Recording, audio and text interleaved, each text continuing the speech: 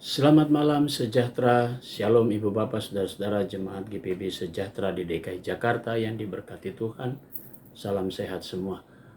Saudara-saudara, mari membaca Alkitab.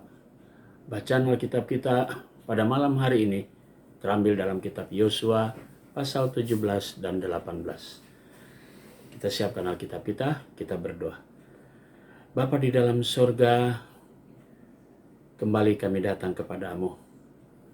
Malam ini kami bersyukur karena kami dapat menikmati segala penyertaan Tuhan langkah demi langkah. Kini kami ada di malam hari ini. Dan sebelum kami beristirahat, kami ingin membaca Alkitab yang berintikan firman Allah. Berikan kepada kami kekuatan melalui kuasa Roh Kudus-Mu, sehingga kami semua dapat fokus dalam pembacaan Alkitab. Kami mau memberi diri kami sepenuhnya dalam kuasa-Mu, Tuhan Yesus Kristus. Bahkan doa kami alaskan hanya di dalam nama-Mu saja. Terpujilah nama-Mu Kristus kekal selama-lamanya. Amin. Shalom, selamat malam Bapak Ibu Saudara yang terkasih. Pembacaan Alkitab kita pada malam hari ini terambil dari kitab Yosua pasalnya yang ke-17 dan kitab Yosua pasalnya yang 18 yang berbunyi, bagian undian yang ditentukan bagi suku Manasye, sebab dialah anak sulung Yusuf, ialah demikian. Kepada Makir anak sulung Manasye, bapa Gilead, telah diberikan Gilead dan Basan, karena ia seorang tentara. Jadi bagian itulah yang ditentukan bagi anak-anak Manasye yang lain, menurut kaum-kaum mereka, yakni bagi Bani Abiezer, Bani Helek, Bani Asriel, Bani Sekhem, Bani Hefer, dan Bani Semida. Itulah keturunan yang laki-laki dari Manasye bin Yusuf, menurut kaum-kaum mereka. Tetapi Zelafehat bin Hefer bin Gilead bin Makir bin Manasye tidak mempunyai anak laki-laki, tetapi hanya anak perempuan. Inilah nama anak-anaknya itu: Mahla, Noah, Hogla, Milka, dan Tirza.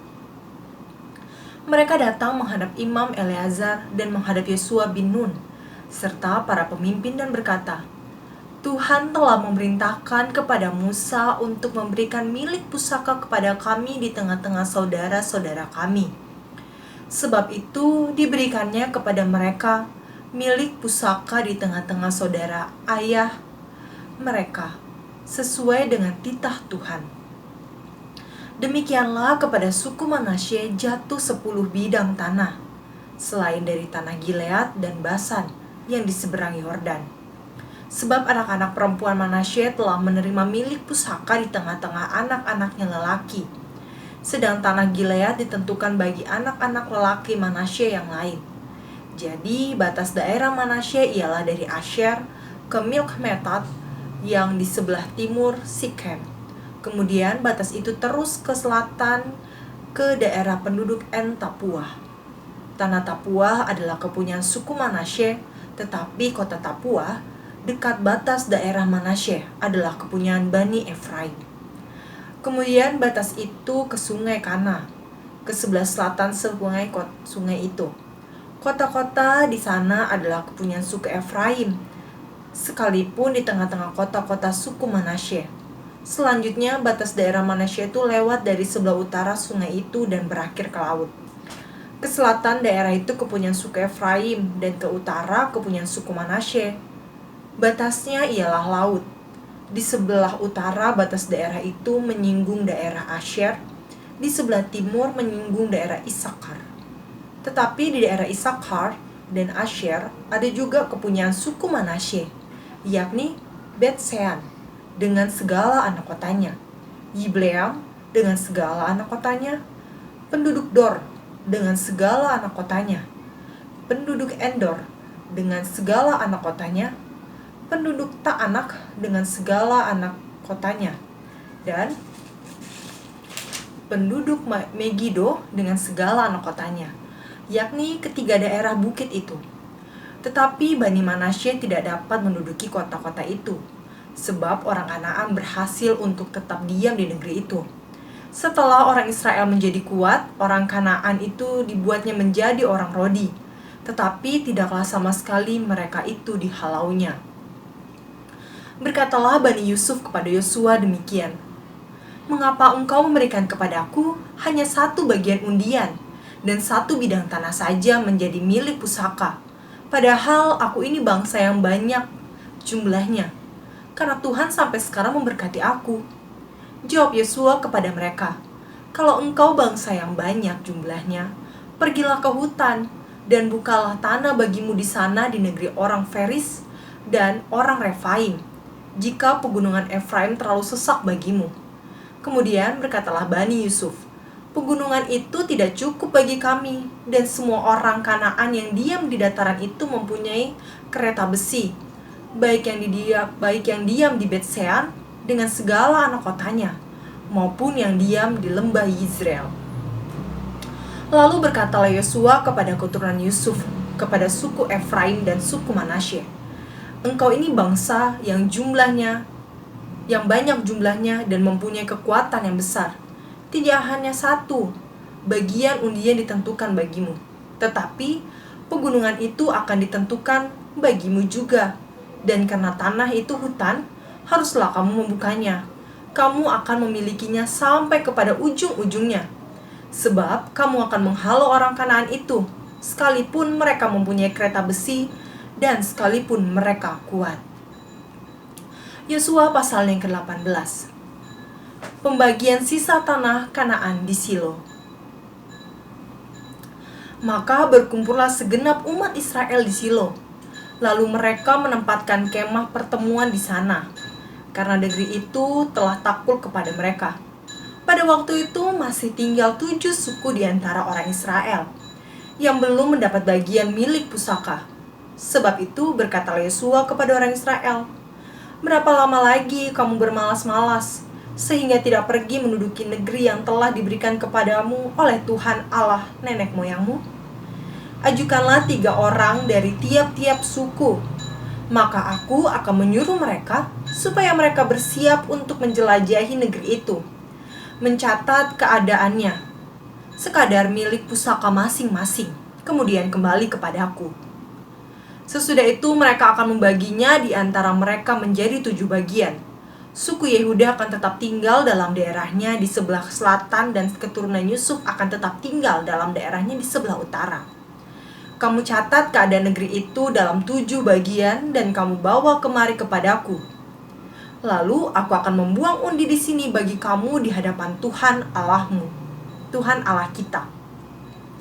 Sebab orang Lewi tidak mendapat bagian di tengah-tengah kamu, karena jabatan sebagai imam Tuhan ialah milik pusaka mereka. Sedang suku Gad, suku Ruben dan suku Manasye yang setengah itu telah menerima milik pusaka di sebelah timur sungai Yordan, yang diberikan kepada mereka oleh Musa hamba Tuhan. Kemudian bersiaplah orang-orang itu lalu pergi. Sedang Yosua memerintahkan kepada mereka pada waktu mereka berangkat supaya mereka mencatat keadaan negeri itu, katanya, "Pergilah, jelajahilah negeri itu. Catatkanlah keadaannya, kemudian kembalilah kepadaku. Maka di sini, di Silo, aku akan membuang undi bagi kamu di hadapan Tuhan." Orang-orang itu pergi dan berjalan melalui negeri itu. Mereka mencatat keadaannya dalam suatu daftar, kota demi kota, dalam 7 bagian. Lalu kembali kepada Yosua ke tempat perkemahan di Silo. Lalu Yosua membuang undi bagi mereka di Silo, di hadapan Tuhan, dan di sanalah Yosua membagikan negeri itu kepada orang Israel, sesuai dengan pembagian mereka. Milik pusaka suku Benyamin.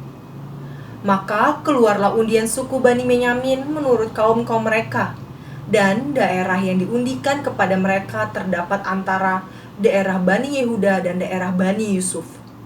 Batas pada sisi utara bagi mereka mulai dari sungai Yordan, kemudian batas itu naik ke lereng gunung di sebelah utara Yeriko, naik ke barat ke pegunungan, dan menuju ke padang gurun Bet Awen. Dari sana batas itu terus ke Lus, ke selatan, ke arah lereng gunung dekat Lus, itulah Betel. Kemudian batas itu turun ke Atarot Adar di pegunungan yang di sebelah selatan Bet Horon Hilir. Kemudian batas itu melengkung, lalu membelok dari pegunungan yang di seberang Bet Horon di sebelah selatan menuju ke sisi barat daya dan berakhir di Kiryat Baal. Itulah Kiryat Yearim, suatu kota Bani Yehuda. Itulah sisi barat.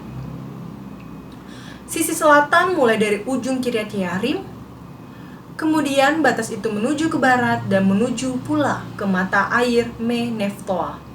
Selanjutnya batas itu turun ke ujung pegunungan yang ditentangan Lebak Ben Hinnom di sebelah utara lembah orang Refaim, kemudian turun ke Lebak Hinnom sepanjang lereng gunung Yebus ke selatan, kemudian turun ke En Rogel, kemudian melengkung ke utara menuju ke En Semes dan menuju pula ke Geliot di seberang pendakian Adumim, turun ke batu Boham bin Ruben, terus ke lereng gunung di seberang Bet Araba ke utara dan turun ke Araba Yordan. Kemudian batas itu terus ke lereng gunung dekat Bet Hogla ke utara dan batas itu berakhir ke teluk utara Laut Asin, ke muara sungai Yordan di sebelah selatan. Itulah batas selatan. Sungai Yordan ialah batasnya pada sisi timur. Itulah milik pusaka Bani Benyamin dengan batas-batasnya ke segala penjuru menurut kaum-kaum mereka. Kota-kota suku Bani Benyamin menurut kaum-kaum mereka ialah Yeriko, Bet Hogla, Emek Kezis, Bet Araba, Zemaraim, Betel, Hawim, Para, Ofra, Kefar Haamonai, Ofni, dan Geba, 12 kota dengan desa-desanya, Gibeon, Rama, Beerot, Mispa, Kefira, Moza, Rekem, Yirpel, Tarawa, Zela, Elef, dan Yebus ialah Yerusalem, Gibeat dan Kiryat, 14 kota dengan desa-desanya. Itulah milik pusaka Bani Benyamin menurut kaum-kaum mereka. Demikianlah pembacaan Alkitab. Mari kita berdoa. Bapa di surga, kami bersyukur Engkau sudah menuntun kami dalam pembacaan Alkitab. Saatnya kami akan beristirahat. Tuhan akan karuniakan kepada kami kuasa-Mu yang akan melindungi kami sepanjang tubuh ini beristirahat. Besok pagi, atas perkenan Tuhan, kami boleh bangun dan menikmati hari yang di mana Tuhan sudah kuduskan sebagai Sabat untuk kami datang bersekutu bersama jemaat-Mu. Kami mau serahkan jemaat GPB Sejahtera di DKI Jakarta, tiap pribadi, tiap keluarga. Inilah doa kami Tuhan, di dalam nama Tuhan Yesus, kami sudah berdoa dan mengucap syukur kepada Bapa di surga. Amin. Selamat beristirahat, Tuhan Yesus memberkati saudara.